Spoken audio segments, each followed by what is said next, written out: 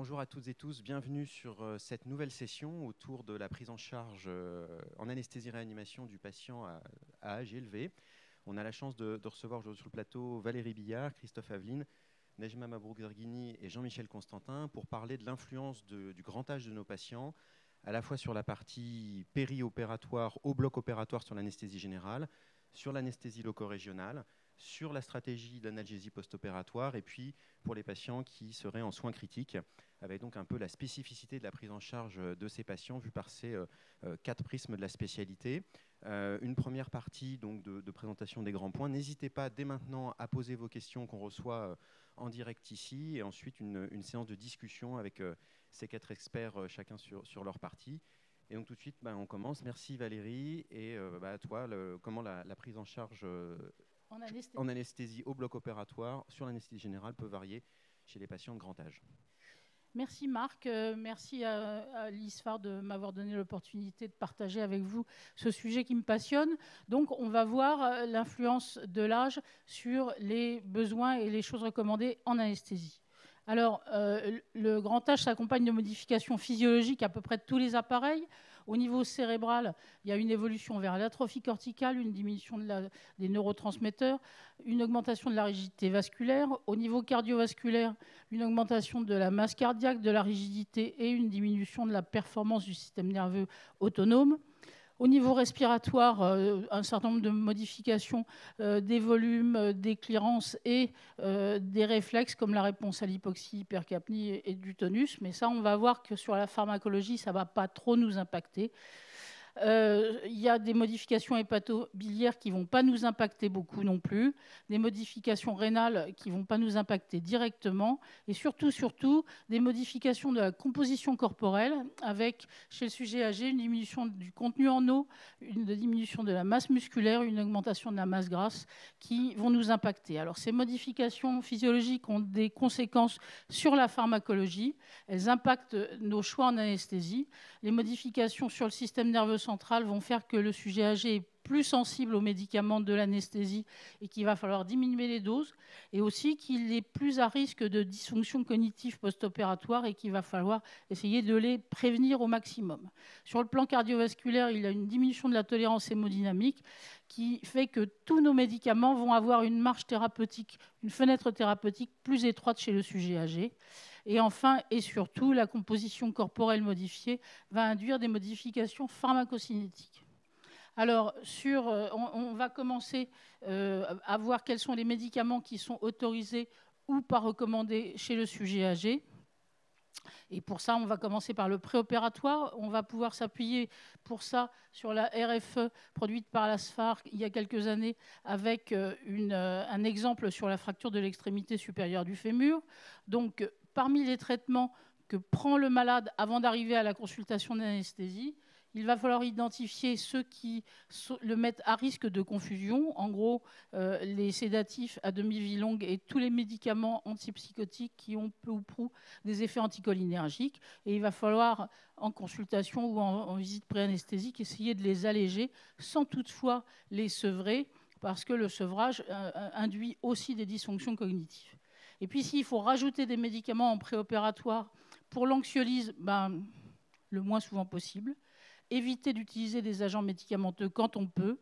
Lorsque on veut utiliser une prémédication anxiolytique, éviter l'hydroxyzine, la gabapentine et la prégabaline, qui sont très pourvoyeurs de dysfonctions cognitives. Et parmi les benzodiazépines, privilégier celles qui ont une demi-vie plus courte, comme le Xanax et l'Imovane, et oublier le Tranxène, le Valium et tous ces médicaments historiques chez le sujet âgé. Alors, en opératoire maintenant, est-ce qu'il faut choisir plus systématiquement une ALR ou une AG chez le sujet âgé? Alors, la RFE de l'ASFAR disait qu'on ne pouvait pas privilégier une technique d'anesthésie par rapport à l'autre si on s'intéressait à la mortalité.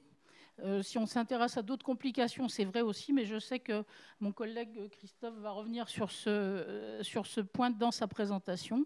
Alors moi, je me suis appuyée pour ça sur différentes études qui ont été publiées. La Cochrane de 2016, d'abord qui était disponible au moment de la RFE, et puis au moins 2 grosses études qui sont parues l'an dernier dans des bons journaux et qui ont conclu tous qu'il n'y avait pas de différence significative sur la mortalité, sur les complications cardio-respiratoires, sur le délirium ou sur la durée de séjour.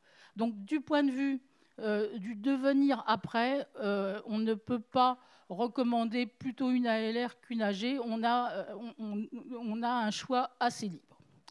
Deuxième question à laquelle on peut s'intéresser, est-ce qu'il vaut mieux faire du propofol ou des halogénés chez le sujet âgé? Encore une fois, on a une bonne Cochrane pour nous aider à répondre à la question. 28 études randomisées contrôlées, plus de 4500 patients, des chirurgies extrêmement variables, des halogénés extrêmement variables, et puis divers biais méthodologiques. Cette Cochrane concluait que sur le délirium, il n'y avait pas de différence entre propofol et halogénés, qu'il y avait peut-être une petite différence sur les dysfonctions cognitives tardives, qu'il n'y avait pas de différence sur la mortalité et pas de différence sur la durée de séjour. Donc aujourd'hui, on peut faire du propofol ou des halogénés chez les sujets âgés. Il n'y a pas d'argument formel pour choisir un et surtout pour bannir l'autre. Ce que la RFE de l'ASFAR a résumé avec cette phrase extrêmement prudente, qu'il fallait utiliser des agents de courte durée d'action, ça tombe bien parce que nos agents modernes, ils le sont presque tous, et qu'il fallait adapter les doses à la pharmacologie du sujet âgé et au monitoring. Et c'est ça qu'on va voir maintenant. Alors, comment ajuster les doses? Je vous rappelle que si on veut un certain effet avec une certaine dose, on a deux raisons d'ajuster les doses. La première, c'est une raison pharmacodynamique, c'est-à-dire que la concentration nécessaire dans le sang du patient pour obtenir un certain effet est diminuée parce qu'il est plus sensible, et on va voir que c'est vrai parfois, mais pas toujours. Et la deuxième raison, c'est une raison pharmacocinétique, c'est-à-dire pour atteindre la même concentration, il va falloir modifier les doses à cause des modifications de la pharmacocinétique. Et ça découle essentiellement des modifications de la composition corporelle chez le sujet âgé, puisque en fait, avec une diminution du volume d'eau total et de la masse maigre, vous allez avoir une diminution du volume dans lequel se distribuent les médicaments quand vous commencez à les injecter. Et donc, vous allez avoir, après un bolus, une concentration qui risque d'être plus haute, sauf si vous diminuez la dose. Et donc, il faut diminuer la dose. Et puis, vous avez aussi une augmentation de la masse grasse, et celle-là, elle va influencer la pharmacocinétique à plus long terme, puisqu'elle va jouer sur le volume de distribution à l'équilibre, après diffusion dans cette masse grasse. Elle va entraîner une accumulation des retards de réveil, et donc il faut diminuer la dose en perfusion de longue durée. Les modifications de la fonction hépatique et rénale, en fait, il y a eu peu d'incidences démontrées sur la pharmacologie des agents anesthésiques chez les sujets âgés. Et l'insuffisance cardiaque, elle n'est pas systématiquement présente chez les sujets âgés, mais elle est fréquente. Et il faut savoir y penser parce qu'elle a deux conséquences. Le premier, c'est qu'elle diminue directement la cléarance du propofol. Donc, pour les mêmes doses, vous allez avoir des concentrations plus élevées et des surdosages. Et puis aussi, l'insuffisance cardiaque va ralentir l'équilibration de tous les médicaments, puisque le débit cardiaque, c'est la locomotive qui emmène les médicaments vers leur site d'action. Et donc, il faut, quand elle est présente, il faut savoir attendre un peu plus. Alors, si on prend maintenant médicament par médicament, si vous regardez la plupart des médicaments qui s'utilisent en bolus, retenez, il faut diminuer les doses de tout. Diminuer un peu les doses de thiopental, beaucoup les doses d'éthomidate, énormément les doses de midazolam, parce que le thiopental et l'éthomidate, il y a une modification pharmacocinétique. Le midazolam, il y a aussi une augmentation de la sensibilité qui fait qu'il faut vraiment diviser par 4 les doses de midazolam chez le sujet âgé. Finta, Sufinta, alphentanil, c'est pareil, il faut diminuer les doses pour des raisons d'augmentation de sensibilité. Et les curares sont la seule exception, avec une pharmacologie qui est quasiment inchangée. La seule chose qui est différente avec les curares, c'est que vous avez une équilibration qui est plus lente. Il faut savoir attendre plus longtemps. Maintenant, on va regarder les deux médicaments qui s'utilisent le plus souvent en perfusion continue ou en évoque. Le rémifentanil, il faut diviser les doses de bolus à peu près par 3 chez le sujet âgé et les doses de perfusion continue à peu près par 4 chez le sujet âgé. Il faut vraiment diminuer beaucoup les doses quand on le fait, quand on prescrit les doses directement. Pourquoi ? Parce que d'une part, là, il y a une modification pharmacocinétique. L'âge intervient dans le modèle pharmacocinétique, dans la pharmacocinétique du rémifentanil à peu près à tous les niveaux. Et par ailleurs, le sujet âgé est plus sensible, donc il a besoin de concentrations qui vont être plus faible pour arriver au même résultat. Alors attention par contre, si vous ne réglez pas les doses, mais si vous faites de l'évoque, eh bien, les modifications liées au modèle pharmacocinétique, votre logiciel va les prendre en compte puisqu'il utilise ce modèle-là. Donc là où vous auriez diminué les doses par 4 chez le sujet âgé, si vous faites de l'évoque, vous allez diminuer les concentrations cibles seulement par 2 ou même moins parce que vous n'allez prendre en compte que la variation de la sensibilité. Le reste, c'est le modèle qui fait le travail. Dernière chose, c'est que la demi-vie d'équilibration du rémifentanil est plus ralentie chez le sujet âgé, donc il faut savoir que vous mettrez plus de temps à atteindre votre cible. Avec le propofol, c'est un peu la même chose. Quand vous mettez la même dose, vous obtenez une concentration plus haute, à la fois, et en plus, le sujet âgé a une plus grande sensibilité au propofol, donc il faut diminuer à la fois pour des raisons de pharmacocinétique et de pharmacodynamique. Et aussi, vous avez un ralentissement du temps d'équilibration. Donc, le propofol, vous allez diminuer les doses que vous mettez des 2 tiers à peu près chez le sujet âgé. Et si vous le faites en évoque, vous allez diminuer d'1 tiers la concentration cible parce que le 2e tiers est pris en charge par le logiciel. Alors, une dernière chose très très importante chez le sujet âgé, avec cette augmentation du temps d'équilibration, est-ce que ça a un intérêt de ralentir la vitesse de perfusion chez le sujet âgé? La réponse est définitivement oui. Je reprends souvent ce vieux papier de Peacock qui était très très joli, où il avait fait de la perfusion à vitesse constante à des sujets âgés à 1200 ml/h. Il lui fallait 2,5 mg/kg pour les endormir, ça mettait 50 secondes.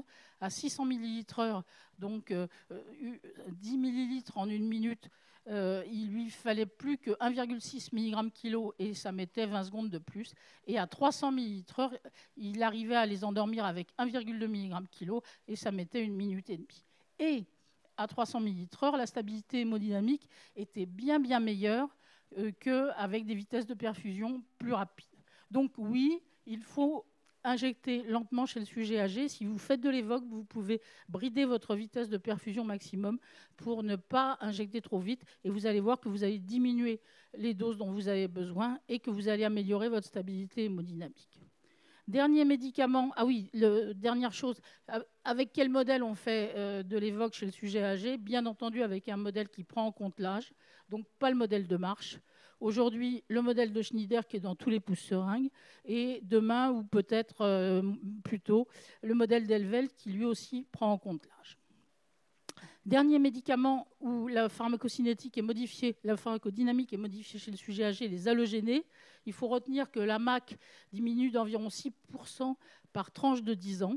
Et donc, chez le sujet âgé, si vous aviez si vous étiez à une MAC à 2% à 20 ans, vous allez être à un bon tiers de moins à 80 ans.